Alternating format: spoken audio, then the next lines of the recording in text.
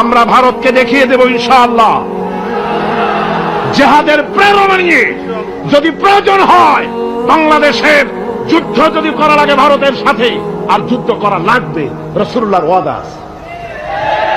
কার ওয়াদা? নাসাই শরীফ, ইবনু মাজাহ, এই তার দুটি হাদিসের মধ্যে হযরত আবী হুরায়রা রাদিয়াল্লাহু তাআলা আনহু বর্ণিত হাদিস রয়েছে। বলেছেন দুই শ্রেণীর লোক কিয়ামতের দিন জাহান্নাম থেকে মুক্ত হয়ে যাবে। এক শ্রেণী হচ্ছে যারা ঈসা আলাইহিস সালামের সাথে সাথী হয়ে যারা লড়বে আর শহীদ হবে, কিয়ামতে তারা জান্নাতে যাবে, জাহান্নাম থেকে মুক্ত।